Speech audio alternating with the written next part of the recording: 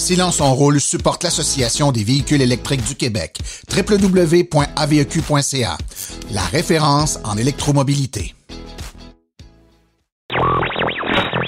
L'épisode de cette semaine est une présentation du garage Arleco. Arleco, servir au-delà de la réparation.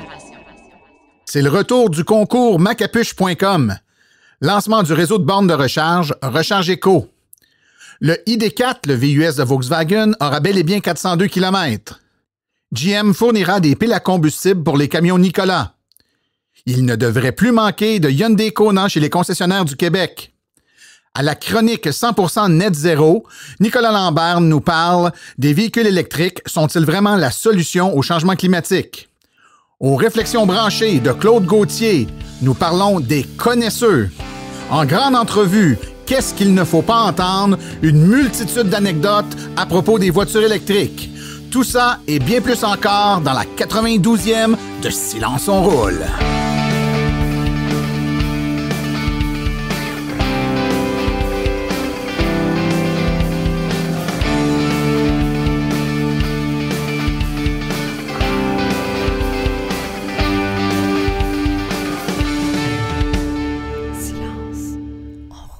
Bonjour tout le monde, mon nom est Martin Archambault et c'est avec passion et plaisir que j'anime Silence on roule, le podcast dédié 100% aux voitures électriques. Silence on roule est également le fier partenaire de l'Association des véhicules électriques du Québec. Alors j'espère que vous allez bien, que vous avez passé un bon 2 semaines. J'espère également que les mesures de confinement qui, ma foi, s'étirent et semblent vouloir s'étirer encore longtemps ne vous affectent pas trop. On entre dans la période des fêtes et puis, on a besoin d'avoir le cœur à la fête, mais en même temps, c'est pas facile de voir, de pas pouvoir voir nos amis comme on veut, pour plusieurs de même pas avoir les collègues de travail. Donc, une période un peu plus difficile. Alors, c'est d'autant plus important pour moi d'être capable de vous rejoindre, de vous entendre, de vous écouter. Donc, gênez-vous pas pour essayer de me rejoindre, que ce soit via la page Facebook de Silence on roule le podcast ou encore en m'écrivant directement à martin@silenceonroule.com. Si vous avez des suggestions, vous ne manquez pas de le faire. Ça me fait plaisir de répondre à toutes vos questions. Je salue également tous ceux qui m'envoient des messages comme ça et puis qui me saluent, même s'il n'y a rien de spécial, juste pour me dire un petit bonjour. Je salue particulièrement une auditrice, que j'ai entendu dire qu'une dénommée Manon Mendez m'écoutait. Alors, Madame Mendez, bonjour et merci d'écouter Silence on roule.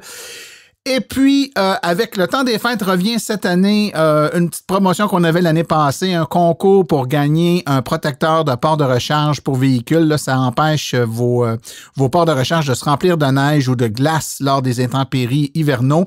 Alors, à l'aide de notre commanditaire macapuche.com, on va vous faire tirer des magnifiques protège ports de recharge. Donc, j'en fais tirer un dans les prochains jours et j'en ferai tirer un autre très bientôt. Donc, pour participer, c'est fort simple. Je vous explique là, comment faire pour participer au concours. Vous devez premièrement aller sur la page Facebook de Silence on roule le podcast. Et là, dans la page, vous allez voir une publication qui parle du concours, là. Concours-macapuche.com, puis vous voyez là, une voiture rouge qui est protégée, dont le port de recharge est protégé. Vous allez tout simplement aller là et taguer, comme on dit en bon français, identifier 2 de vos contacts Facebook dans cette publication-là. Et suite à ça, eh bien, moi, je vais procéder à un tirage au sort parmi tous les gens qui vont avoir tagué 2 personnes.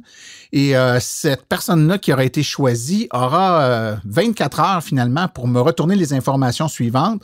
Son nom complet avec adresse, évidemment, parce qu'il faut lui faire parvenir le prix.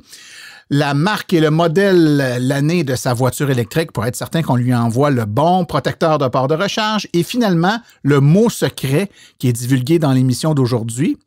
Et le mot secret, je vous le dis tout de suite, là, c'est recharge rapide. Je répète, le mot secret, recharge rapide. Donc, c'est très, très simple pour participer finalement. Vous devez taguer vos 2 personnes là, sur notre page Facebook avant 20h le mardi 15 décembre 2020. Donc, vous avez jusqu'à 20h mardi le 15 décembre 2020. Et le 16 décembre 2020, soit le lendemain, à 20h, il y aura quelqu'un qui va être choisi et contacté par Facebook et on va lui demander de nous donner là, les 3 choses dont je vous ai parlé, donc son nom complet avec adresse, la marque, année et modèle de son véhicule électrique, ainsi que le mot de passe. Alors, sans plus tarder, je vous propose qu'on aille tout de suite écouter les actualités dans le monde de l'électromobilité. Vous faites attention à vos voitures, faites installer par de vrais professionnels un pare-pierre de qualité qui empêchera l'usure prématurée de votre véhicule. Impact Protection. Profitez-en pour y faire installer également des vitres teintées qui non seulement diminueront la chaleur et augmenteront votre confort, mais faciliteront également la climatisation tout en protégeant les cuirs et tissus dans le véhicule. Chez Impact Protection, nous offrons également le traitement nanocéramique qui lustre la voiture et facilite son entretien grâce à son fini hydrofuge. Chez Impact Protection, la qualité du service à la clientèle est non négociable. Aucune question ne restera sans réponse. Bien entendu, cela veut dire que vous récupérerez votre voiture pleinement chargée. Impact Protection, 33A Saint-Jude-Sud, Granby et bientôt une nouvelle succursale en Montérégie. 450-778-4270 ou sur Facebook Impact Protection. Chez Impact Protection, on protège votre investissement.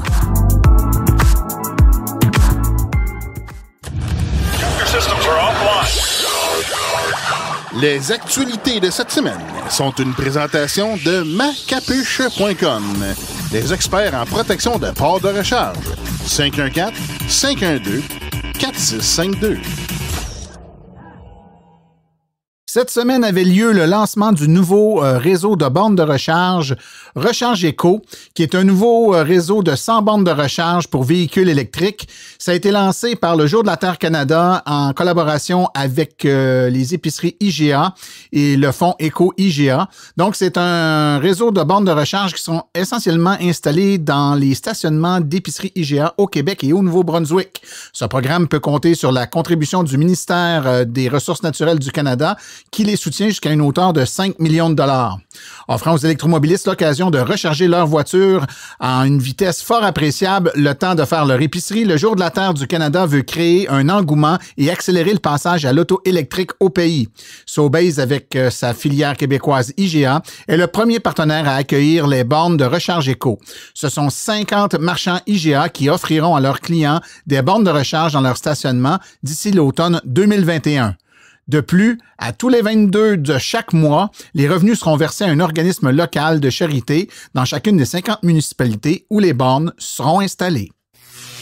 Le VUS électrique ID4 de Volkswagen 2021 a confirmé son autonomie de 402 km. Les données officielles concernant l'autonomie du premier véhicule électrique grand public de Volkswagen ont finalement été publiées et c'est avec aucune surprise que c'est exactement ce que Volkswagen avait prévu avant le lancement. Le ID4 2021, qui devrait être livré dès le début de 2021, obtient une autonomie et une efficacité identiques dans ses versions première édition et Pro, soit 402 km avec une efficacité de 35 kWh par 160 km. Avec une batterie offrant 77 kWh d'énergie utilisable sur 82 kWh brut, l'ID4 se situe entre les modèles Y de Tesla et le Volvo XC40 rechargeable, qui ont tous deux là, aux alentours de 75 kWh et 88 kWh. Mais les résultats pour l'ensemble des modèles s'est avéré très variés. À l'heure actuelle, le modèle Y mène le peloton avec une autonomie de 525 km, suivi par le Mach-E à 483 et le Recharge XC40 avec 335. Les résultats de l'ID4 est également de très bon augure pour le futur Audi Q4 e-tron qui devrait dépasser de beaucoup l'ID4.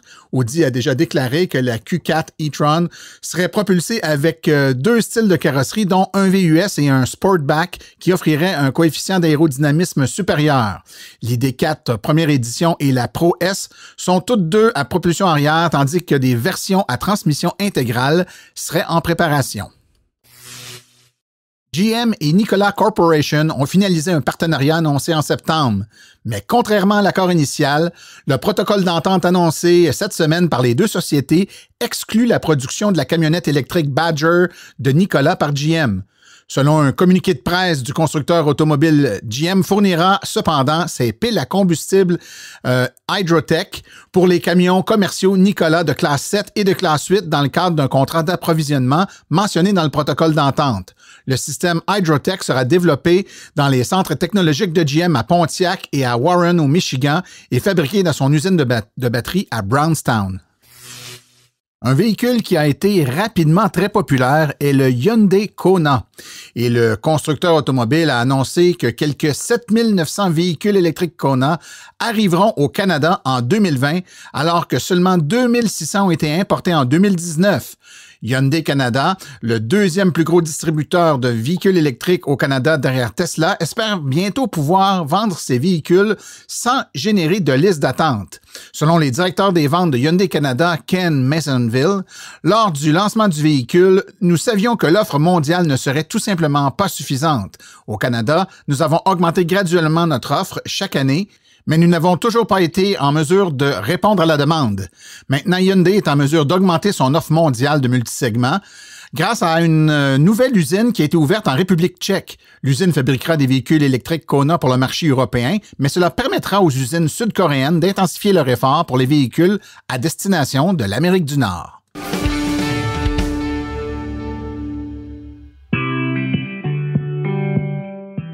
Bonjour, bienvenue à la chronique 100% Net Zéro. Avec moi, Nicolas Lambert. Chronique où on réfléchit aux impacts environnementaux de nos modes de transport et aux solutions qui pourraient nous aider à avoir un mode de vie qui se rapproche de la carboneutralité. Aujourd'hui, lutte au changement climatique. Est-ce que la voiture électrique est la solution?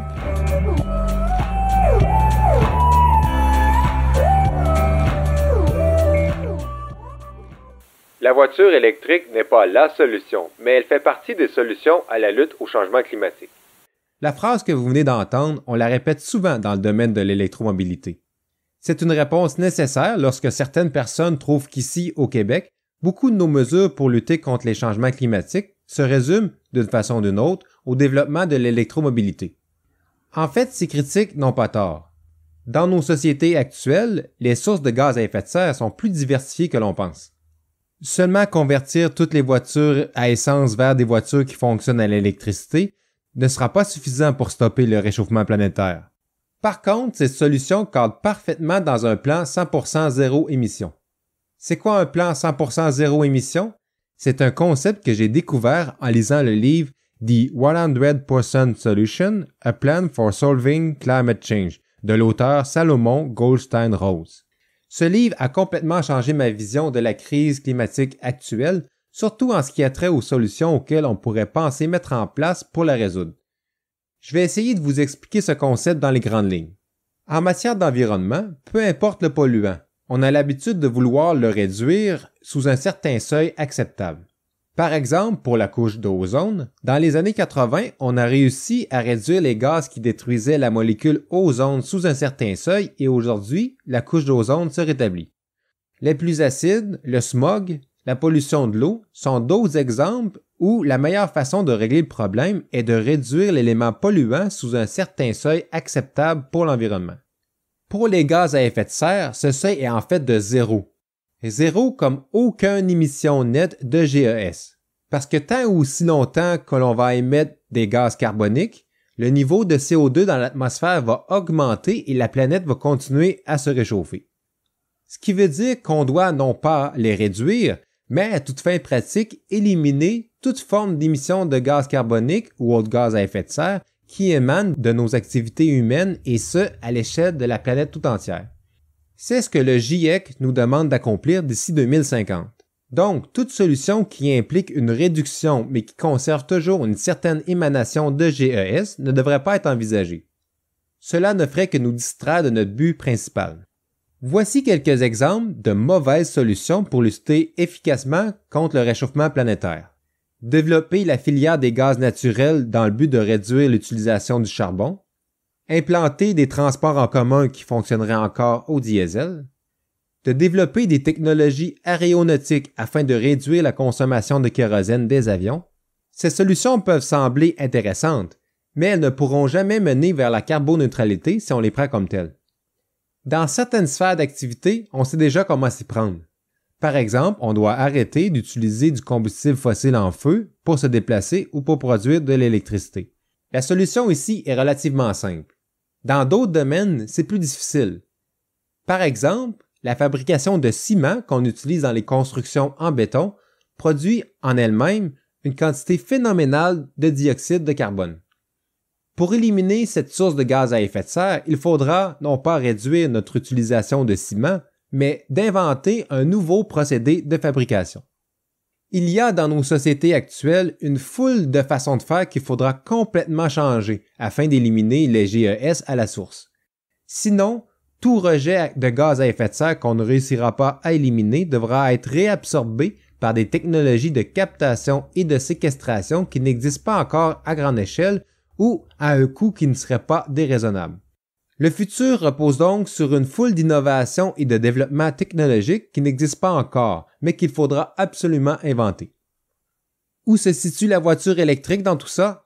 En fait, elle ne présente pas une solution, mais une obligation si on pense en termes d'un plan zéro émission.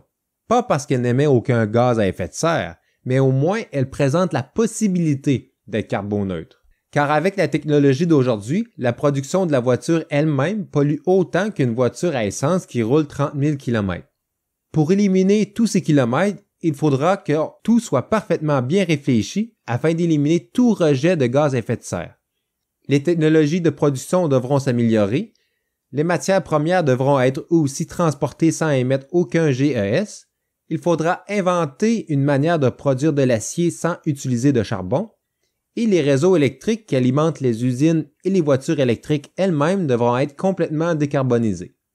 Ça demande un travail énorme, mais au moins c'est dans le domaine du possible. Par contre, espérer éliminer nos émissions de GES en utilisant encore la technologie du moteur à combustion, ça c'est une mission complètement impossible. En terminant, si vous voulez en savoir plus sur les différentes sources de GES, je vous invite à consulter l'inventaire québécois des émissions de gaz à effet de serre disponible sur le site du ministère de l'Environnement et de la lutte au changement climatique. On y trouve non seulement les différentes sources de GES, mais aussi les façons dont chacun d'eux ont évolué depuis les années 90. Là-dessus, je vous souhaite de toujours rester bien informé et à une prochaine.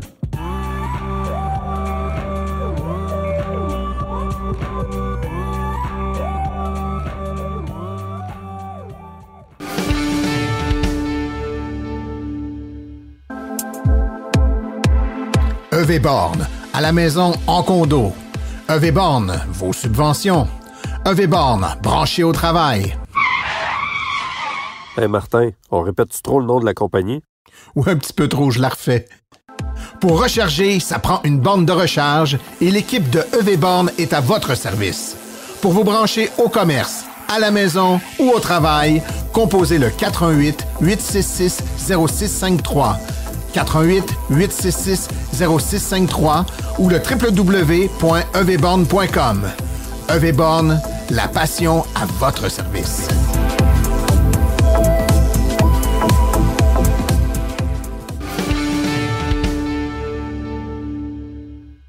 À toutes les semaines, on a des sujets les plus palpitants les uns que les autres. C'est parfois très sérieux, parfois très technique, mais de temps en temps, ça en prend des plus légers. Puis aujourd'hui, c'est un sujet un peu plus léger et ça faisait longtemps que je voulais le faire. Évidemment, avec l'Association des véhicules électriques du Québec et par nos activités, on est un paquet de personnes qui œuvront dans le domaine des véhicules électriques et sur une base quasi quotidienne, on discute avec des gens et on en entend ce qu'on pourrait dire des vertes et des pas mûres à propos des véhicules électriques. Des gens ont des perceptions erronées, sont partis avec des fausses idées, se font dire des choses qui n'ont absolument pas de bon sens sur les véhicules électriques. Puis souvent, entre nous, on s'en parle, c'est souvent très drôle et je me suis dit, ramassons-nous une gang de passionnés de véhicules électriques qui avons des anecdotes comme ça, puis on va essayer de vous faire partager un peu ces discussions et ces échanges qu'on a, parfois un peu saugrenus avec des gens qui n'ont pas tout à fait la bonne information. Alors, pour avoir du plaisir avec moi aujourd'hui, j'ai plusieurs personnes. Le premier, et non le moindre, Yannick Asselin. Bonjour Yannick. Salut. Ça va bien? Ben oui, ça va bien. Yannick, puis je vais faire la même chose avec les autres. Pour ceux qui ne te connaissent pas, t'as déjà eu des voitures électriques, n'est-ce pas? Ben oui. Quelle sorte de voiture tu conduis, toi? Ah, j'ai eu des vols, des boats. Je conduis des boats, je conduis des vols. Pour travailler dans un concessionnaire automobile, je change de char, mettons, à toutes les 6 à 7 semaines, mettons.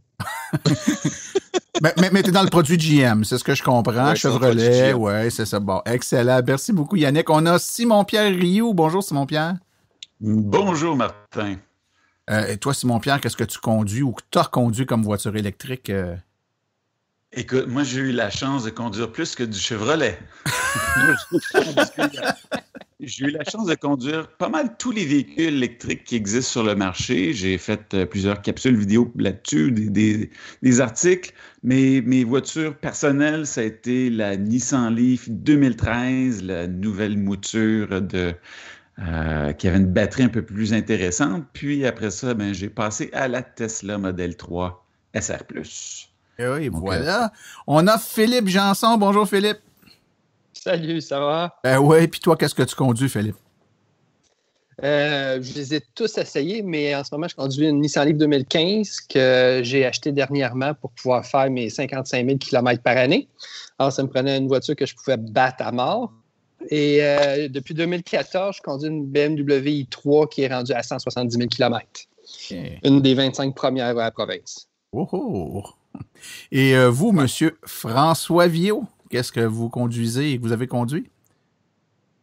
Moi, j'ai conduit une Leaf 2013 comme Simon-Pierre. Et puis après ça, j'ai changé pour une Leaf 2016. Et puis après ça, je me suis fait influencer un peu par M. Asselin. Puis j'ai conduit. Maintenant, je conduis une Bolt. Bon. Moi, j'ai fait ça. Il y a de l'influence sur le podcast. En autant qu'elle soit positive.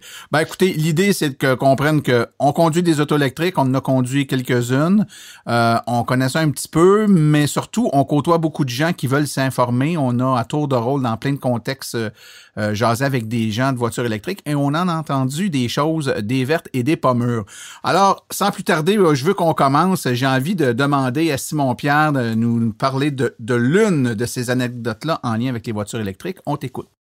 Écoute, c'est certain que quand j'avais voulu débuter l'Association des véhicules électriques, on a tenté de me décourager. On me disait, à quoi ça sert? Tu as déjà le CA Québec. Puis quand on se souvient un petit peu de certains articles que nos amis de cet organisme ont fait, par exemple, ils donnaient des bonnes idées pour essayer de diminuer l'anxiété d'autonomie sur un véhicule électrique de première génération. Puis une des choses qu'il avait mentionné qui nous avait hérissé les cheveux et les poils sur les bras, c'est quand il avait mentionné que pour récupérer une vingtaine de kilomètres, il fallait juste fermer les phares de jour. Je ne sais pas si vous vous en souvenez. Oui, je m'en souviens. 20 kilomètres. Des petits courriels qui ont été échangés par la suite. Parce que la plupart des électromobilistes se disaient, mais ça n'a pas d'allure. Comment tu fais pour éteindre des phares de jour au Canada? Il faut que tu ouvres ton hood, tu dévisses les lumières. Non, tu mets le bric à bras. Je la fais, ça mienne, ça. Écoute, ça n'avait tellement pas d'allure. Puis là, on se disait, c'est pour ça qu'on veut une association juste pour les véhicules électriques, parce que on les utilise, on sait quoi faire. Philippe, tu as dû en entendre toi aussi des vertes et des pommures. J'aimerais ça que tu nous en racontes au moins une. Oui, je vais vous en raconter deux. Dans le même sujet, moi, je fais des chiffres au monde. Puis c'est comme ça que j'ai commencé à parler aux gens, leur parler des bénéfices économiques. Puis je me suis dit, dans ma compagnie, je vais pogner une personne qui fait la comptabilité. Puis ça va être super facile de la convaincre. Tu mets Excel, des chiffriers, puis tu y parles de ça, puis elle fait beaucoup de millage. Alors là, j'ai fait un chiffrier. Elle est assise à côté de moi, j'ai fait un chiffrier. J'ai dit combien tu mets? Bon, ta voiture, c'est une 2004. OK, on change ça pour une Leaf 2013. Tu sauves tant de gaz par année. J'ai fait tous les chiffres. Elle me regarde, là, plein. Puis à la fin, elle sauvait 50 000 $ sur 10 ans de passer une Leaf de l'année puis se débarrasser de sa vieille voiture de 9 ans. Sa vieille Honda de 9 ans. Alors, c'était comme clair. Tu fais le changement de main où c'est que je chine. 50 000 $. Puis là, je dis, ça, c'est net, ça. Mais toi, il faut que tu aies un salaire de 70 000 $ brut pour te payer 50 000 $ de gaz sur 10 ans. Alors là, elle me dit, elle regarde ça, puis je pensais que si la vente était finie là, elle dit, oh, ça a l'air trop beau pour être vrai. Non, je ne suis pas intéressé. OK, je suis une fille de comptabilité. Là, j'ai dit, là, comment je vais convaincre ceux qui ne sont pas forts avec les chiffres ou avec Excel? J'en ai fait une autre fille, puis je fais des chiffres, le même calcul, je m'assois une voiture de l'année par rapport à une 2007, donc 7 ans plus récente, elle sauverait 30 000 $ net sur 10 ans. Elle n'a pas un gros salaire, c'était un gros montant, ça. Puis elle est là, puis elle saisit le montant. Mais elle dit non, je ne peux pas le faire parce que moi, j'ai un manuel, puis j'aime trop le manche pour changer de vitesse. Je dis, c'est ça qui va t'arriver. Je dis, tu sais, à quoi tu l'utilises, le manche, là, dans le fond? Là? Pourquoi tu y tiens à ce point-là? Là? Elle n'a jamais passé à l'électrique, elle reste avec son standard parce qu'elle aime le manche à vitesse. Ouais, c'est dur. Ah non, des fois, là, tu veux t'arracher à la tête. Là, tu te dis, ça n'a pas d'allure, les chiffres sont là. Mais l'achat d'une voiture, c'est émotionnel, c'est pas mathématique. C'est là qu'à un moment donné, tu finis par réaliser. Ben, c'est d'ailleurs pour ça qu'il faut les asseoir dans la voiture.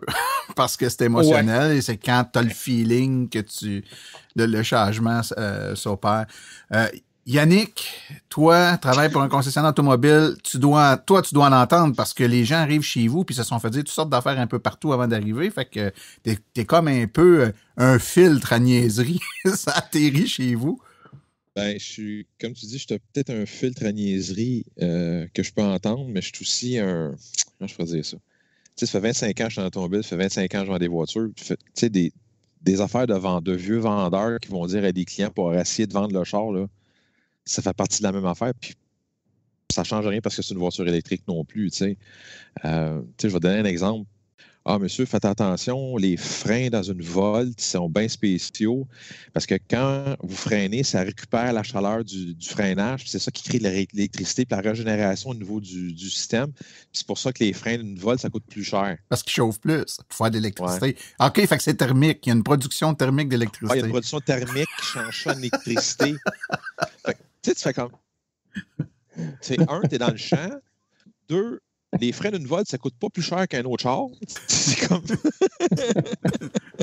Mais tu sais, c'est des cas comme ça, tu sais, où tu as le fameux, la fameuse menterie de vendeur pour essayer de vendre le char. Tu sais, c'est comme genre, regardez, monsieur le client, je vais faire un deal avec vous, je vais vous donner le démarrage à distance sur le véhicule. Mettons, dans le cas d'une boat, je vais te donner le démarrage à distance si vous achetez le véhicule de moi.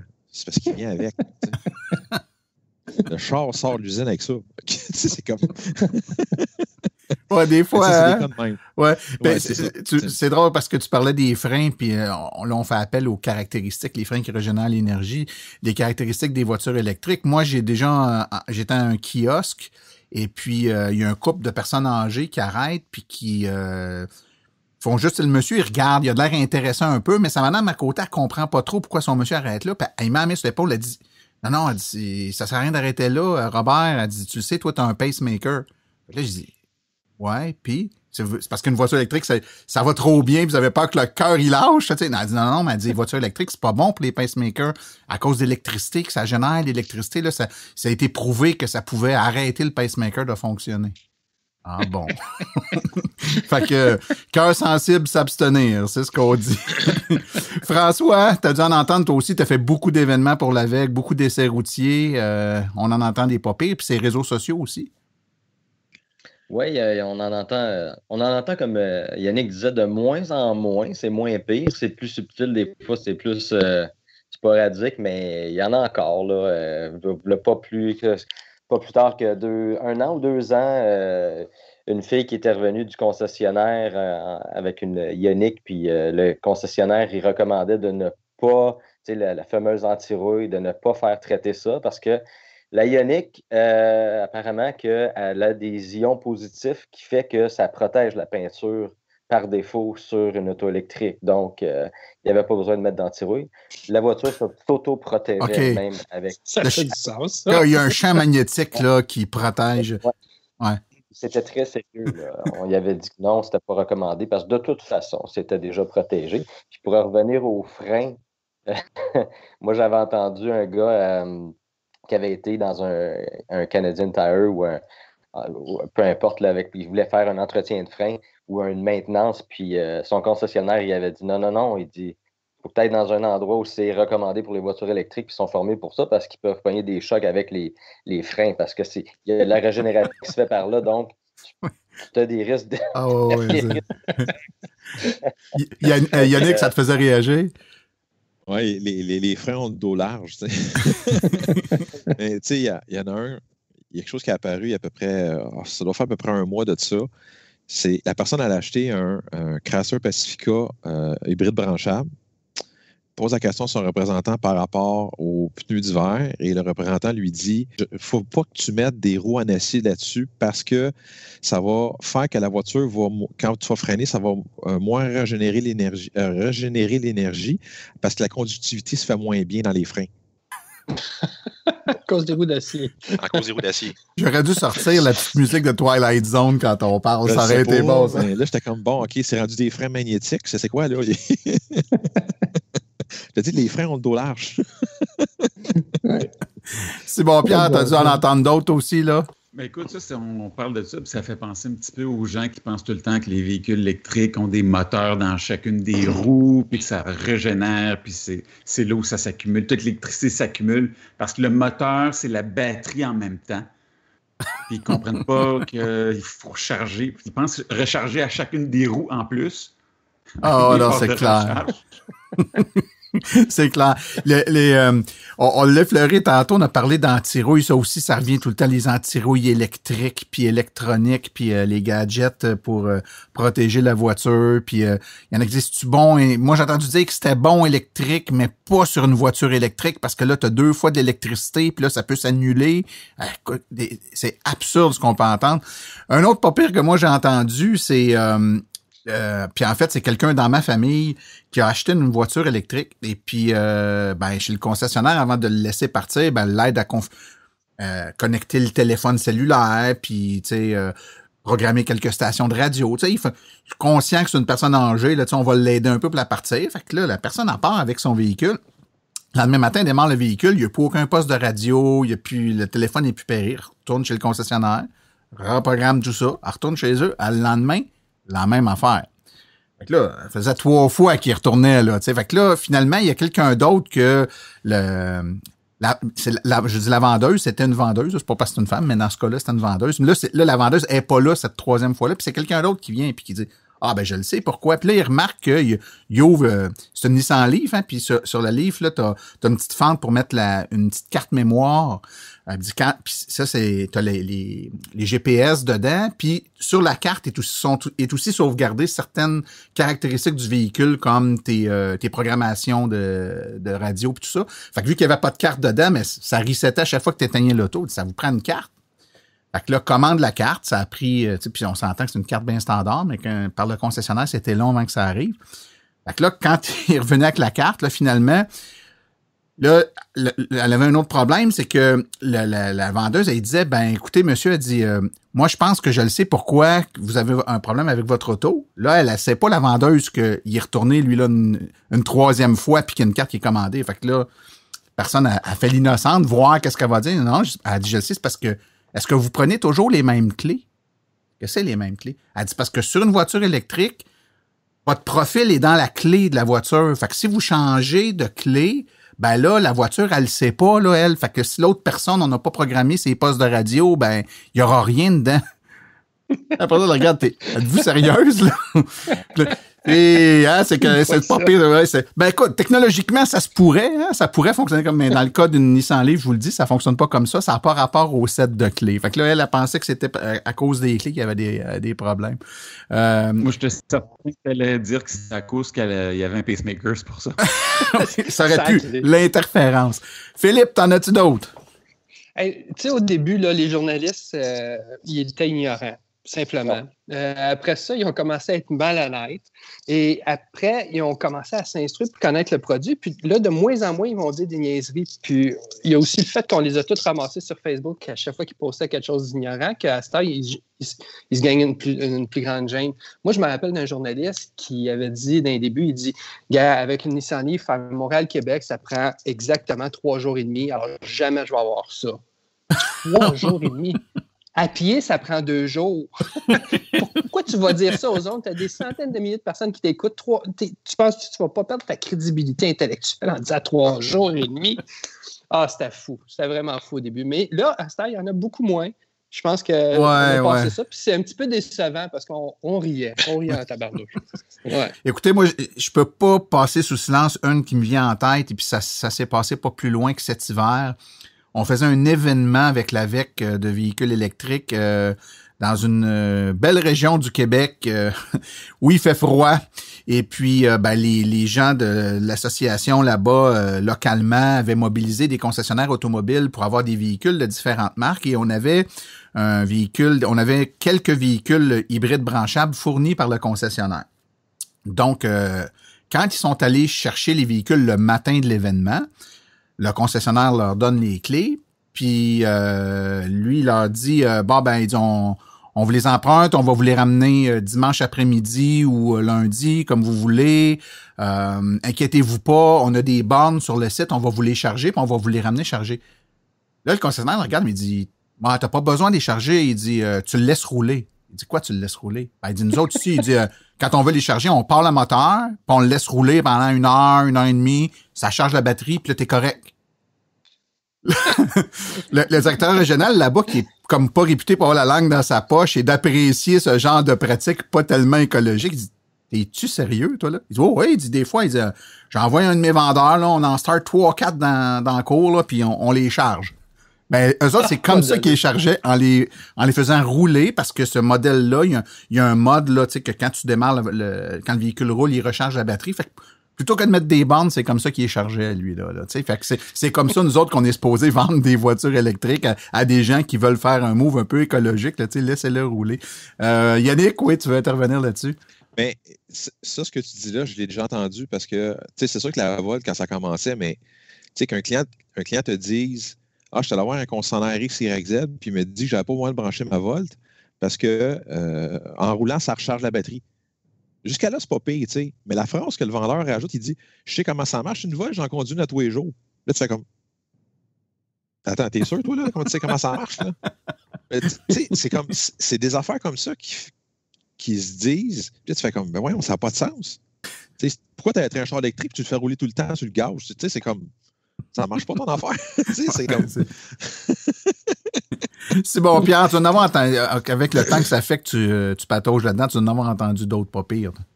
Écoute, je fais juste penser au mythe que les gens avaient constamment, dire que le véhicule, c'était pas un véhicule qui avait une bonne accélération.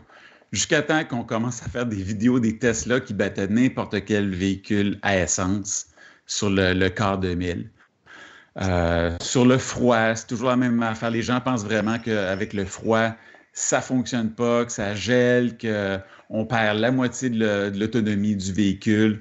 Donc, il y a toujours eu des petites choses comme ça qui bug. Puis on essaie, en tout cas à l'AVEC, puis quand tu fais des conférences aussi, ça a toujours été ça. Ça a été d'essayer de ramener les gens à la réalité. C'est quoi d'autre qu'on a comme mythe, à part le froid, à part l'autonomie? Est-ce que la voiture peut rouler sur l'autoroute? J'avais eu ça à un moment donné. Et il pensait que dans sa tête, lui, on ne pouvait pas rouler normalement sur l'autoroute. Ouais, c'est un kart de golf, hein, pour du monde. Là, il pense que c'est un kart de golf. J'en ai un mythe, mais c'est pas un mythe. C'est quelqu'un qui me dit ça et qui est dans ma famille. Fait que la personne, elle me dit, ouais, mais d'ici, moi, t'es 2 pieds dans l'eau. Peux-tu brancher ton Tu vas mourir! Mais ça, j'ai fait une vidéo là-dessus. Puis moi, je sais, je me souviens de ton vidéo. Oui. Le gros gun à eau là, dans la prise, là, ça marchait pas trop. Mais le pire des mythes, c'est bien celui qui dit, ouais, mais tu sais, après 4-5 ans, quand ta batterie est finie, t'as changes comment? 4-5 ans aussi, tu vas payer ce chiffre-là. Ben, les batteries, ça dure 4-5 ans. Non, tu parles de la batterie à assez de plomb dans ton char. Ça, c'est pas la même affaire. Là. Puis là, il faut que tu démystifies ça. Puis les journalistes, ça n'aide pas. Ils disent, les batteries sont chères à changer, là, vous savez. Ouais, mais c'est pas 4-5 ans. Et ça me rappelle mon histoire personnelle, en fait. Mon électricien qui est venu installer la borne de recharge à la maison, à la fin, il a dit, bon, il faudrait le tester, voir. Là, j'ai dit, un instant, j'ai mis le pistolet sur ma langue. Mais encore là, lui aussi, il a hurlé en disant, tu vas t'électrocuter, c'est du 240 volts. Non, c'est du 12 volts. C'est un petit signal électrique informatique. Puis là, si le véhicule dit, il y a une bonne connexion, là, le 240 volts passe. Donc, ça, les gens ne comprennent pas comment ça fonctionne. Ils pensent que c'est du courant live. Qu'on va mourir. Non, mais les mêmes gens vont aux stations d'essence puis ils fument en même temps qu'ils gazent. Alors, je ne cherche pas à comprendre la logique humaine. Tantôt, Simon-Pierre, tu parlais de conférences, puis quand on donne des conférences, puis tu le sais, t'en fais toi aussi beaucoup, tu as généralement un public qui est essentiellement des gens qui veulent avoir de l'information, mais tu as souvent, moi, celui que j'appelle le petit Joe connaissant, qui est là, puis lui, on dirait qu'il est pas là pour apprendre quoi que ce soit, il est là pour intervenir puis montrer qu'il sait des affaires à certains moments. On en a des comme ça. On en a même qui nous suivent des fois d'une conférence à l'autre. Oui, parce qu'ils aiment ça, être capable ils interviennent beaucoup. Mais on a souvent des petits Joe connaissants et souvent des... on les spot assez vite, là, des gens qui vont essayer de venir te bullshiter sur toutes sortes d'affaires. Eux autres, qui connaissent des systèmes que toi, tu connais pas. Il y a des affaires révolutionnaires. Puis, ils connaissent tout bien ça. Moi, il y en a un qui m'a déjà expliqué qu'il avait inventé un système. Tu charges ta batterie. Après ça, quand tu roules, en roulant, ça recharge la batterie, ce qui fait que tu n'as pas besoin de la recharger. OK? Ça, c'est des éoliennes. Ouais. C'est évident. Mais là, lui, il avait tout ça. Il savait comment ça fonctionnait. C'est lui qui l'avait fait. C'est son prototype. Il pouvait pas trop m'en parler, mais il voulait vraiment m'en parler, mais pas trop. Son but, c'était que moi, je sors de là en me disant, hey, il y a un gars extraordinaire à la conférence ce soir, chérie. Il a inventé un système révolutionnaire. On n'a jamais entendu parler. On n'entendra jamais parler, mais ce gars-là, il doit être millionnaire en cachette quelque part parce qu'il a inventé l'énergie perpétuelle. Tu charges une fois, puis après ça, ça roule tout le temps. Il y en a un autre aussi qui m'avait expliqué que son beau-frère avait inventé une auto qui fonctionnait avec de l'eau. Puis là, il faisait juste prendre la hausse de jardin, puis il mettait de l'eau dans son char, puis depuis ce temps-là, qu'il roulait à l'eau, lui, ce monsieur-là. Puis ça... C'est pas les moteurs à hydrogène, ça? Ben, techniquement, oui. C'est ça que je m'en allais dire. C'est toujours possible. C'était soit une locomotive qui marche à la vapeur, ça pourrait fonctionner avec de l'eau, quoique pas très efficace, ou ça pourrait être il y a une usine à hydrogène dans son auto, il met de l'eau puis il roule. Mais c'est le genre de truc qu'on entend de fois de temps en temps. Simon-Pierre, t'avais quelque chose? Je pense que t'avais levé la main. Écoute, ça me rappelle quelqu'un qui, d'une conférence à l'autre, nous suivait parce qu'il voulait dire la vérité aux gens dans l'audience, au public. Puis c'était tout le temps à propos du Moses de Guess-O-Meter sur la Nissan Leaf. Lui, il s'astinait que Nissan ne donnait pas la vérité, puis qu'il avait organisé ça avec les pétrolières pour donner l'impression qu'on allait avoir 160 km, mais ça donnait jamais le bonne affaire. Puis on avait beau lui expliquer que non, c'était selon la conduite qu'il avait eue dans les jours précédents et la température qui pouvait affecter ce que le Guess-O-Meter allait présenter. Mais ça revenait régulièrement, ça. Puis c'est ça, c'était pas juste cette personne-là. Il y en a eu beaucoup à travers les années qui se sont plaints que ça donne pas le même kilométrage auquel on s'attend. C'est pas ce que le manufacturier a indiqué. On veut les poursuivre. Ils sont en train pas de harceler, mais ils sont en train d'avoir le public puis de les rouler. Ouais, c'est un scam. Un gros scam, ça. Il n'y en a pas. Ça fait 60 km gros maximum, ça indique que ça en fait ça 60. Ouais, c'est ça. François, est-ce que tu avais d'autres anecdotes sur ta liste? Ouais, ben en fait, pour revenir à ce que Simon-Pierre dit, on en voit encore un peu de ça sur les réseaux sociaux régulièrement, là, des nouveaux propriétaires ou des gens qui se disent, voyons, ma voiture devrait faire ça, mais elle le fait pas. Puis je m'attendais à faire au moins 383 km avec ma Bolt, mais ça affiche 360. Est-ce qu'elle a un problème? Ça, je les plains au service à tous les jours. Hein? C'est clair. Ils appellent, puis j'ai un problème de batterie parce que je ne fais pas 383. Je les plains, là. Puis c'est plus particulier sur les Tesla, souvent, parce que le chiffre avec une Tesla, il n'est pas calculé de la même façon. Hein? Fait que les gens se disent, je suis supposé avoir 500. Ça fait 2 semaines que j'ai 497. Je devrais-tu aller la faire réparer? Tu sais, les gens, c'est franchement... à un moment donné, tu peux avoir 505. Lui, les 497, je me suis fait voler de 3 km. Devrais-je poursuivre Tesla? Tu sais? C'est difficile à vivre avec juste ça d'autonomie. Oh, oui. Nous, on a connu les 100 km d'autonomie. Quand je les entends pleurer, j'ai de la misère à faire 450. Hey, fais-moi pas pleurer, si malade. Mais aussi, dans le temps, ça fait pas si longtemps que ça. Je sais pas si vous vous rappelez, Paul Oud avait essayé une Nissan Leaf une fois, puis ça avait été un vrai désastre, l'animateur de radio, Paul Oud. Puis depuis ce temps-là, chaque fois qu'il parlait de voiture électrique en ondes, c'était un vrai désastre. À un moment donné, je me rappelle qu'il avait dit Il dit, c'est compliqué, il faut que tu gères plus tes affaires comme le GPS puis les vitres électriques parce que ça prend de l'énergie. Ça peut faire baisser rapidement ta batterie. Des choses, des fois, qu'on entendait, ça avait aucun sens. Des gens qui parlaient de choses sur la voiture électrique, mais tu voyais clairement qu'ils n'en avaient jamais conduit. Fait que ça arrivait régulièrement aussi. Mais ça, François, c'est la même chose qui était arrivée avec Jacques Duval au début. Là. Un des premiers véhicules qu'il a essayé, c'était la Nissan Leaf. Puis il s'en allait à Magog. Il partait de Saint-Bruno, il allait à Magog. Puis il voyait que la batterie, là, il conduisait ça à 120-130 km/h. Il voyait que la batterie, ça diminuait de façon drastique. Et il s'est décidé de continuer quand même en se disant, on va voir ce qui va se passer quand ça arrive à 0 km/h. Ben, qu'est-ce qui arrive? Ça avance plus. Il se ramasse sur le bord de la route, puis il est en maudit, puis il retourne chez eux avec la Leaf sur une dépanneuse. Puis la seule chose qu'il a à dire, c'est les véhicules électriques, c'est pourri. Par la suite, quand il avait essayé la Tesla Model S, c'est là où il s'était dit, bon, ben, il y a assez d'autonomie, ça vaut la peine.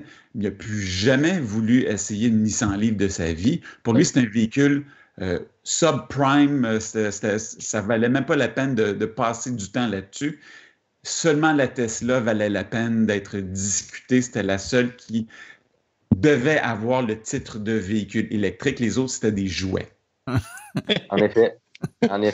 Ah non, les oreilles nous frisaient quand on entendait ça, des fois à radio. La Tesla, c'était le top of the line, mais la Nissan Leaf, les gens appelaient. Moi, je voudrais regarder pour une Nissan Leaf. Ouais, mais vous irez pas loin avec ça, madame. Là. C'est quoi votre kilomètre? Non, il n'y a rien à faire. Oublie ça, la Nissan Leaf. C'est pas bon. Tu sais, en parlant de journaliste, tu as Pierre Michaud, quand il avait acheté sa boat en 2017, prend livraison dans un concessionnaire RXYZ, se fait dire par le concessionnaire, prends pas les bancs chauffants, ça prend beaucoup trop d'énergie. Après ça, part, lui fait comme tous les journalistes automobiles. Je ne dis pas qu'ils drillent tous 120-130 km/h. Part en plein hiver, puis le lendemain, il part de Montréal, s'en va à Québec. Il a dit, il n'y a pas moyen de faire avec un chalet, une boat, faire Montréal-Québec d'une shot l'hiver, ça n'a pas de bon sens. Et moi et Sylvain Juteau, 2 semaines plus tard, de faire le vidéo, de dire, ben regarde, on fait 3 heures à Québec aller-retour, puis on roule 120, puis il y a zéro problème, tu sais. Il faudrait juste que tu saches comment, tu sais. Et le chic par la suite, ça s'est replacé parce qu'on voit qu'RPM s'est replacé aussi, là. Mais c'est des affaires comme ça. Tu pars avec courbe d'apprentissage. Mauvaise information. Tu sais, tu pars avec une mauvaise information, puis après ça, tu vas dire la mauvaise information, tu continues. Tu sais, c'est en tout cas. Philippe, tu as quelque chose? Oui, vous avez déjà entendu ça, je suis sûr. Le monde qui dit les voitures électriques, c'est bien beau, mais moi, tant qu'ils n'ont pas 900 km d'autonomie, il n'y en a pas question. Puis là, tu leur poses, comme tu essaies de les ramener dans la réalité. Là, tu dis, OK, mais toi, là, pourquoi tu as besoin de 900 km d'autonomie? Bien, si je veux faire Montréal-Gaspésie, avec ma TDI, je le fais straight. OK, tu as une TDI diesel, tu es capable de le faire straight. Je dis, donc, tu le fais souvent? Il dit, non, je ne le fais jamais, mais si je voulais, je le ferais. OK. Maintenant, si tu voulais le faire, tu le ferais-tu tout seul ou quoi? Non, j'ai une femme puis 4 enfants, puis c'est sûr, je vais le faire avec eux autres parce que c'est une affaire de famille. Je dis, OK, donc toi, tu vas avoir un char qui va faire Montréal-Québec, Montréal-Gaspésie, 10 heures de char straight, puis tes 4 enfants puis ta femme ne vont pas te demander, ne vont pas t'arracher la tête une seule fois si tu n'arrêtes pas pour faire pipi ou aller acheter de la bouffe. Non, vis dans la réalité. Tu as 4 enfants. Là. C'est sûr qu'à chaque heure, ils vont vouloir se dégourdir les jambes, puis bouffer, puis aller aux toilettes, puis tu peux pas t'en sortir. Là, ils disent, ouais, vu de même, ça aurait OK, peut-être. Tu parles de ça, Philippe. Il y a 2 ans, je fais un événement avec la VEC à Laval, puis là, je parle, le monde vient de voir, puis là, je parle de la boat. Puis les monde disent, ça fait combien de kilomètres? Ben, ça fait 383 en moyenne. C'est pas assez. Ça reste de même. L'année suivante, la boat 2020 s'en vient, donc l'été passé, pour qu'elle passe en 2019. Fait que là, la boat a monté à 417 km. Fait que là, on rencontre les mêmes, on rencontre peut-être pas les mêmes personnes, mais on rencontre du monde. Là, on fait combien de kilomètres avec ça? On fait 417. Ah oui, 417, c'est beaucoup. Merde, c'est 34 km de plus que l'année passée, là, quand c'est quand même pas loin de 4 heures de char. C'est sûr que tu vas arrêter. Là. C'est ça. Ça va être... Oui, la rationalité n'est pas tout le temps là. Hein? Ouais. Pour qui ça sera encore pas assez, même à ce niveau-là. Souvent, ça joue dans la tête des gens. Moi, je me rappelle, tu parles de ça, mais je me rappelle que la nouvelle Leaf était sortie avec ses 240 km. au salon de l'auto, j'aidais Nissan au kiosque, puis quand les gens venaient puis qu'on leur disait 200 km ou 240, OK, là c'est intéressant. Là. On n'était plus dans le 160 ou 170 km avec l'ancienne Leaf. On tombait dans le 200. Là. C'était d'autres choses. Là. Fait que, je pense que pour un Montréalais ou quelqu'un de Québec, la distance Montréal-Québec est un peu un trigger psychologique. Je suis capable de partir de Montréal, de me rendre à Québec. C'est correct, tu sais. Quand dans la vraie vie, ça se fait, Montréal-Québec, là, tu sais, moi tout seul pour la job, je le fais, puis j'arrête pas en chemin. Mais ça reste que c'est quand même un 2h30 d'auto, souvent, quand t'es avec, comme tu disais Philippe tantôt, ta femme, les enfants, anyway, tu vas arrêter un peu pour acheter un sac de chips, puis aller à la toilette, puis tu pourrais, pendant ce temps-là, te charger 15 minutes, puis à 50 kW, mettre une soixantaine de kilomètres dans l'auto. C'est pas un enjeu, mais dans la tête des gens, on se rend compte que les triggers psychologiques sont pas tous au bon. Ouais. Tu sais, moi, ce qui me fait lever les cheveux sur la tête, j'en ai pas, tu vois le genre, c'est le monde qui se donne le titre de spécialiste, puis ils sont pas.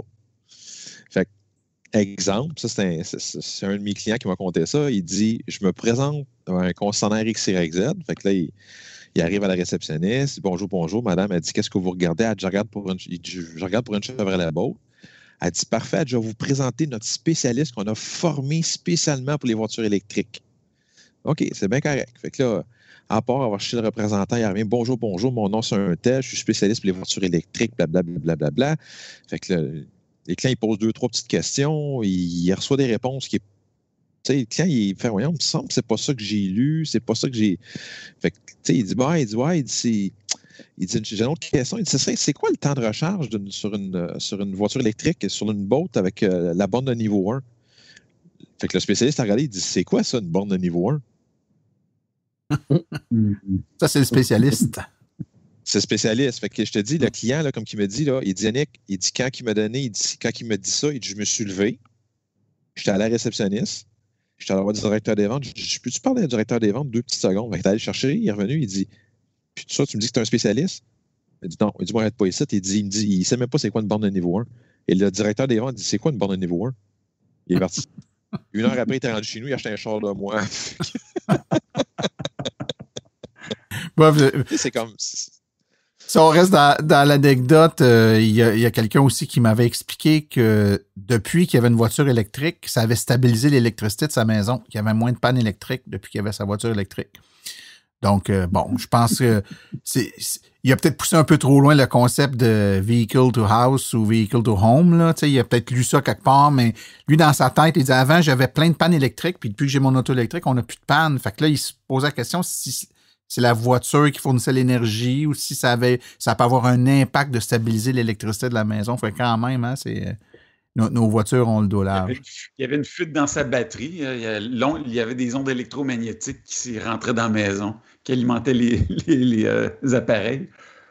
Ah, il y a une chose que je peux te dire, François, là, vu que tu es là. Tu sais, ton bouton sport, quand tu as sur ton tableau de bord, là. Mm-hmm. OK? Ça modifie la suspension de la botte. Ça fait que la suspension est plus sport. Ah oui, t'as entendu ça, toi? Ouais. C'est ça. C'est plus fort, fait que tu peux rentrer plus dans les curves. Là, je pense que comme les gens peuvent entendre, il y en a des vertes et des pommures qu'on a entendues au fil des années, au fil du temps. Les temps changent. Je pense qu'il y a certains éléments qu'on a relatés aujourd'hui qui sont dû, je dirais, au fait que c'était nouveau à l'époque puis qu'il y a plein de choses qui étaient méconnues. Donc, ça arrive moins souvent. Les gens connaissent un peu plus ça. C'est moins extraterrestre un peu puis on se fait dire un peu moins de trucs rigolos de la sorte. Mais ça reste qu'il va toujours y avoir des gens qui ont mal compris, qui sont partis avec une mauvaise information puis... c'est notre devoir, si vous voulez, d'écouter ça, d'essayer de pas trop rire sur le coup, puis de donner un coup de main à ces gens-là. Fait que moi, j'ai envie de vous remercier, messieurs, pour votre présence au podcast aujourd'hui. C'était super intéressant. Donc, Yannick Asselin, Philippe Janson, Simon-Pierre Rioux et François Viault, merci beaucoup, messieurs. Ça fait plaisir. Merci. À toi.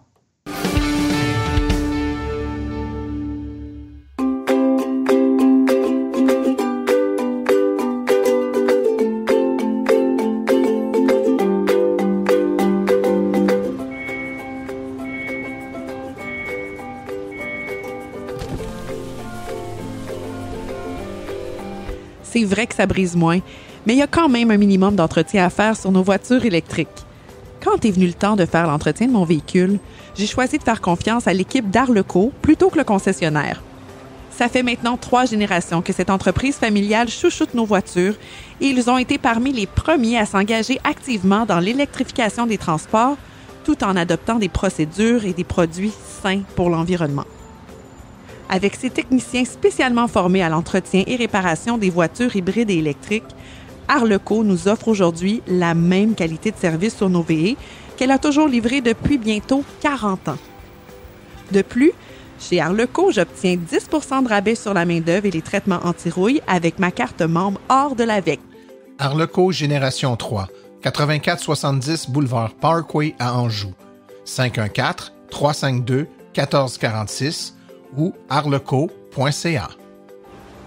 Arleco, servir au-delà de la réparation.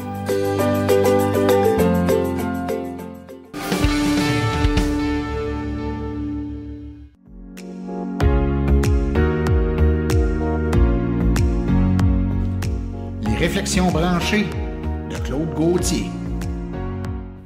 Alors bonjour tout le monde. Aujourd'hui, la chronique va parler des connaisseux. Ça va peut-être avoir l'air péjoratif et condescendant, mais vous allez comprendre pourquoi. Je vais parler des gens, des fois, qui ont une tribune puis qui parlent et que les gens s'abreuvent un peu de leurs paroles comme si c'était le Messie qui les disait et que, bien sûr, ces gens-là vont savoir l'avenir, qu'est-ce qui va se passer. On a plusieurs exemples en histoire, par exemple, pour nous montrer que très souvent, il y a plusieurs personnes qui auraient pu faire une différence et qui étaient carrément dans le champ. Je pense aux dirigeants de la compagnie Kodak. Vous savez que Kodak, c'est eux autres qui avaient inventé l'appareil digital. Bien oui, si vous ne le saviez pas, vous venez de l'apprendre.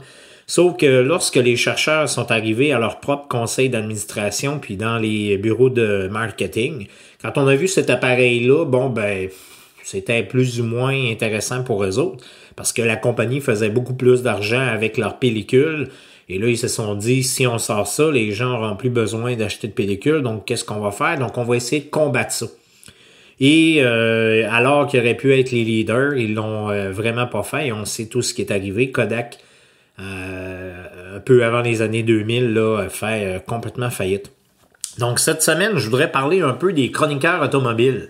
Parce que le printemps passé, j'étais abasourdi d'entendre Benoît Charette. Imaginez qu'il est à la radio de Radio-Canada et on lui demande son impression des véhicules électriques et sa réponse, c'est que ça donne rien, c'est juste bon pour les gens qui habitent en région urbaine et non en région rurale. Et là, il lui dit mot pour mot, écoutez, il dit, vous autres au Saguenay, c'est sûr qu'avec un véhicule électrique, vous n'êtes pas capable de vous rendre à Montréal. Moi, j'entends ça, écoute, j'étais abasourdi. J'ai communiqué avec le recherchiste de l'émission du matin parce que je l'ai dans mes contacts. Puis, écoute, au début, il a même pas voulu me donner le droit de parole. Puis, lorsqu'il voyait que je continuais à lui écrire puis que je lui donnais des données, tout ça, finalement acquiescé à ma demande. Mais malheureusement, j'ai pas pu répondre en ondes. J'étais en route vers une réunion puis on était dans un coin où le cellulaire allait très mal. Cette semaine, c'est des gens sur le groupe Facebook des propriétaires de véhicules électriques de la région qui m'ont envoyé un reportage qui est à la station Énergie régionale. Et écoutez, on entend Carl Nadeau qui répand des insipidités. Là, ça n'en a pas de sens. Donc, je vais refaire un peu avec vous son reportage. Au Saguenay-Lac-Saint-Jean, on est des passionnés de chars. Ça tombe bien, lui, c'est un maniaque du volant. Voici Carl Nadeau, la référence automobile du Boost. Donc, vous voyez comment on vient de le présenter. C'est celui qui est l'expert à la radio. Donc, un peu comme si tout ce qu'il va dire va être vrai. J'aurais aimé que la station m'appelle et je crois qu'ils ont mon numéro. En tout cas, moi, j'ai déjà communiqué avec quelques-uns dans cette station-là et ils n'ont pas cru bon de m'appeler par rapport à la présentation. Donc, on va aller avec son premier argument. Avantage, bon, on peut pas être contre la vertu. La vie est belle, il faut être positif. Puis Hydro-Québec nous appartient, fait qu'ultimement, on fait rouler l'économie locale, ce qui est pas mauvais. Bon, c'est sûr que les tarifs d'électricité risquent d'augmenter, tout le monde va chialer, les gens vont dire ma maison coûte plus cher qu'au des autos électriques, c'est tout vrai, mais ultimement, ça revient dans notre caisse à nous autres. Fait que donc, ici, on a son seul et unique avantage, on fait rouler l'économie. En plus, il dit une fausseté. C'est que on sait que Thierry Vandal a déjà fait une entrevue à la presse qui disait que justement les tarifs d'électricité pourront pas augmenter même si on a des voitures électriques parce qu'il appelait ça le spirale de la mort. Donc plus les gens vont avoir à payer l'électricité chère, ça va devenir économiquement rentable de s'installer à la maison en énergie solaire. Puis plus on va prendre de l'énergie solaire, plus cette technologie-là va baisser. Déjà les prix sont très compétitifs dans le commercial surtout. Je le sais, je suis dans ce secteur-là aussi. Mais en plus, ben c'est ça. Si vous payez de plus en plus cher pour l'électricité, vous allez aller vers tout simplement vers le solaire.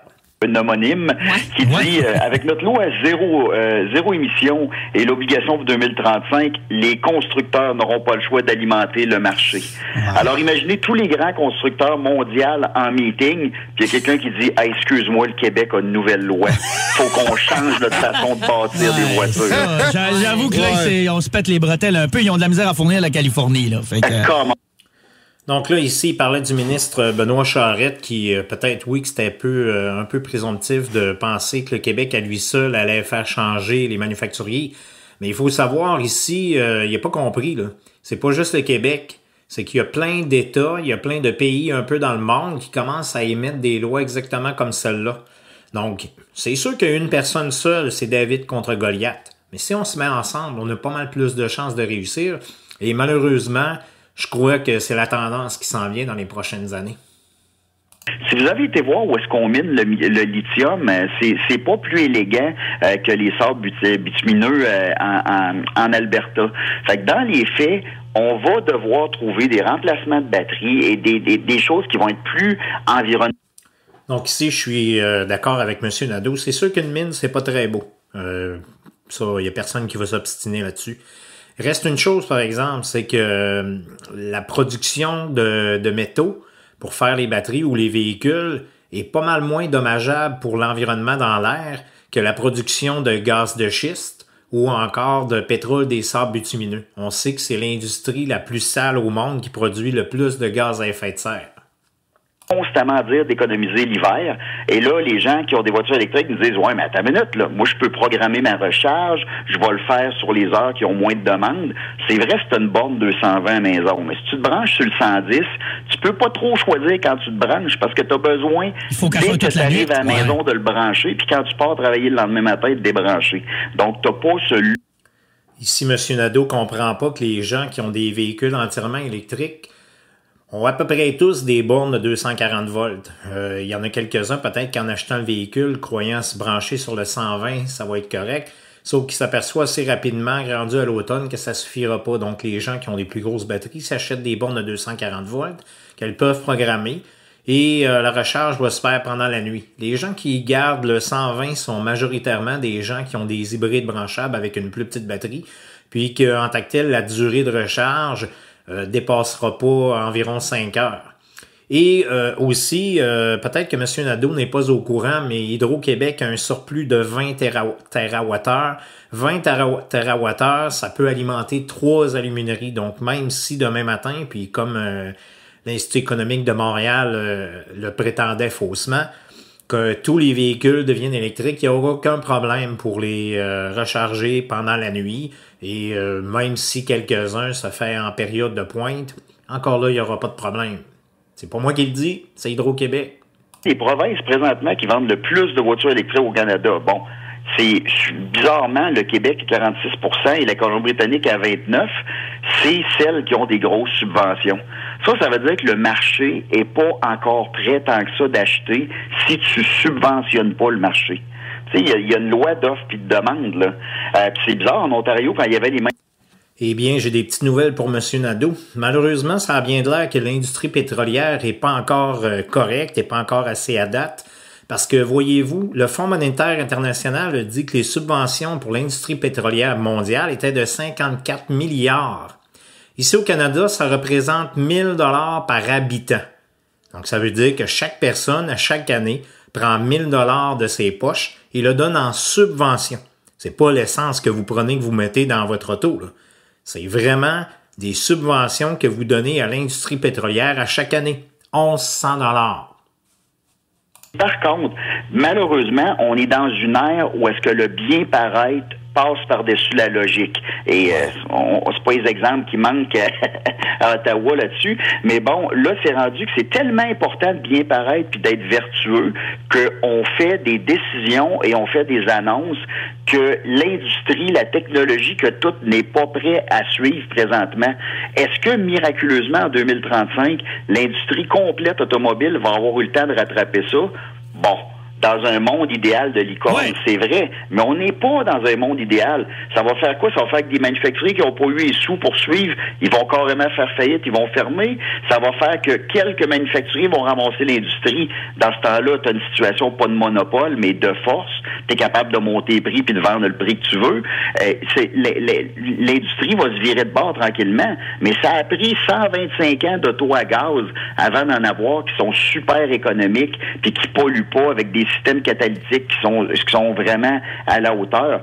Est-ce que ça peut prendre 50-60 ans l'électrique avant d'être optimisé? Peut-être. Moi, est-ce que ça peut miraculeusement prendre 30? Peut-être. Ouais. Mais on va trop vite.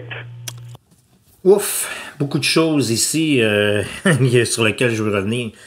La première chose, c'est que je suis d'accord aussi avec M. Nadeau que le bien-paraître est très important. C'est pour ça qu'on voit depuis 2011 ici au Saguenay-Lac-Saint-Jean qu'il y a une tendance vers les camions légers.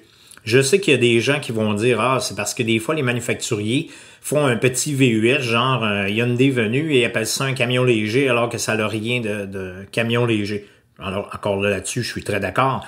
Mais vous voyez, moi, je fais environ 40 000 km par année. Donc, les véhicules qui sont sur la route, là, c'est pas ceux-là que je vois. Qu'est-ce que je vois? Je vois d'énormes VUS. Je vois des camions de toutes les marques sur la route. Et qu'est-ce que je vois? Je vois ces camions-là. Écoutez, mon père a travaillé toute sa vie en forêt. Je sais c'est quoi, ça a l'air un pick-up, là, que ça fait à peine 2 ans que tu utilises puis que tu vas en forêt régulièrement avec. C'est pas ça que je vois. Moi, je vois des pick-up, des VUS shiny avec des roues de 22-23 pouces, là, les gros mags, les pare-chocs chromés, tout le kit.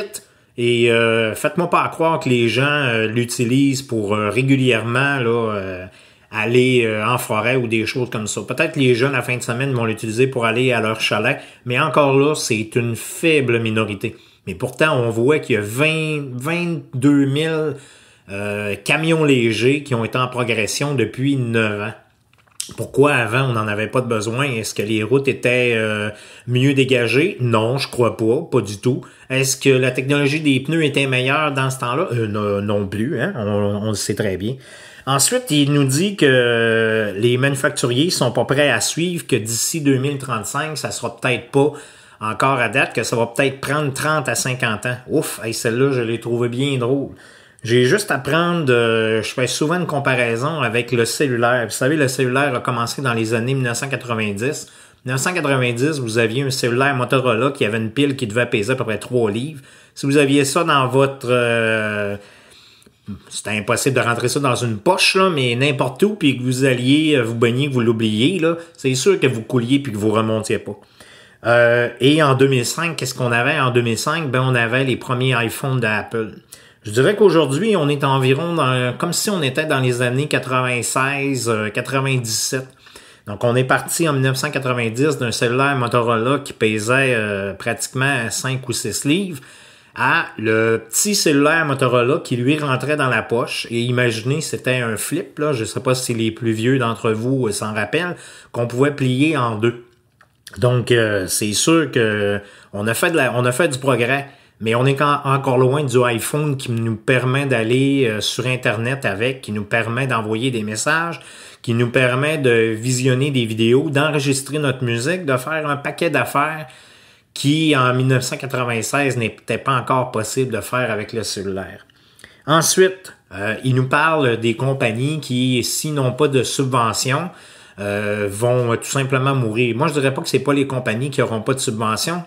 On subventionne pas directement les compagnies. C'est les compagnies qui réussiront pas à s'adapter. Encore là, je reviens à mon exemple du début avec Kodak, qui a pas su réellement s'adapter. On le voit, il y a des manufacturiers qui ils sont très en retard et là commencent à allumer.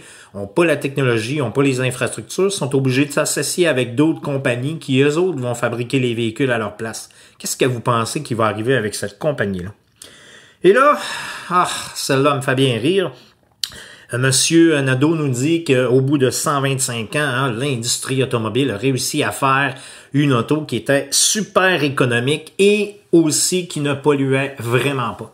Donc, je suis allé voir, vous savez, dans les autos qui polluent le moins, qui sont les plus économiques, c'est la Smart Fortwo. Pour ceux qui ne savent pas, là, une Smart Fortwo, c'est un petit véhicule produit par Mercedes qui permet de voyager 2 personnes et qui a une petite valise là, qu'on peut mettre peut-être 3 ou 4 sacs d'épicerie, pas plus dedans. Ben, croyez-moi pas, cette auto-là va encore produire un peu plus de 70 tonnes de CO2 sur 320 000 km. Pour M. Nadeau, le comparatif avec une auto comme ça, là, électrique, ben, il faudrait prendre la Smart 2 électrique aussi. Malheureusement, elle n'existe plus. Donc, j'ai regardé genre une auto comme la Ioniq de Hyundai. Et la Ioniq de Hyundai au Québec, sur 320 000 km, va produire 14 tonnes de CO2. Donc, la Smart Fortwo, à essence, va en produire un peu plus que 70. Et vous me dites que c'est très économique, ça pollue pas, presque pas, alors qu'une auto électrique comparative, là, puis même un peu plus grosse, puis je peux vous jurer qu'allez vous promener en Smart Fortwo, puis ensuite embarquer dans une Ioniq, vous allez trouver que c'est pas du tout le même véhicule et vous allez produire 14 tonnes de CO2 sur 320 000 km. Et en plus, lorsque vous allez avoir terminé avec votre Ioniq, on va pouvoir prendre la batterie. Moi, je vais vous l'acheter là dans ma compagnie, puis je vais pouvoir la revendre à des gens qui ont un chalet. On va mettre ça sur leur mur avec des panneaux solaires. Ils vont pouvoir s'en servir encore peut-être pendant 30 ans, puis ils vont être très autonomes. Là-dessus, je finis avec la phrase de Monsieur Nadeau qui dit « On va trop vite ». C'est sûr que pour quelqu'un qui veut vraiment pas avancer, qui a les pieds sur le frein, on va toujours trop vite. Puis là-dessus, je vais prendre une phrase que René Lévesque dit quand on voulait électrifier, pas électrifier, mais reprendre toutes les compagnies puis les rendre publiques pour créer Hydro-Québec. Il a dit « On va toujours trop vite pour les gens qui savent pas où ils s'en vont ». Sur ce, bonne semaine. Voici les événements à venir dans les prochaines semaines dans le monde de l'électromobilité. Eh bien, évidemment, compte tenu de la COVID, la majorité des activités de l'AVEC sont mises au rencard pour l'instant. Notons cependant le kiosque virtuel numéro 8 qui aura lieu mercredi le 16 décembre de 20h à 21h. C'est un panel d'électromobilistes d'expérience pour répondre à vos questions. C'est en collaboration avec Roulon Électrique. Les inscriptions doivent se faire sur le site de Roulon Électrique. Ceci conclut la présente balado-diffusion. Silence on roule remercie aujourd'hui tous ses collaborateurs, particulièrement Nicolas Lambert, Claude Gauthier, Simon-Pierre Rioux, Philippe Janson, Yannick Asselin et François Viault. Nous remercions également le Garage Arleco, commanditaire principal, et l'Association des véhicules électriques du Québec, partenaire de Silence on roule. La reproduction ou la diffusion de l'émission est permise, mais nous apprécierions en être avisés. Toute question concernant l'émission peut être envoyée à martin@silenceonroule.com. Pour les questions générales regardant l'électromobilité ou l'association, veuillez plutôt écrire à info@aveq.ca. Et pour vous renseigner et avoir accès à toute la documentation de l'AVEC, visitez le www.aveq.ca.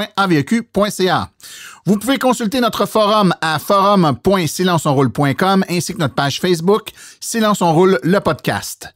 Je vous rappelle que sur notre site web, afin de vous faciliter la tâche, vous avez accès aux archives de nos balados ainsi qu'à des hyperliens vers les sites web mentionnés aujourd'hui, le tout directement au archiveaupluriel.silenceonroule.com. Mon nom est Martin Archambault et d'ici le prochain balado, j'espère que vous attraperez la piqûre et direz vous aussi, silence, on roule.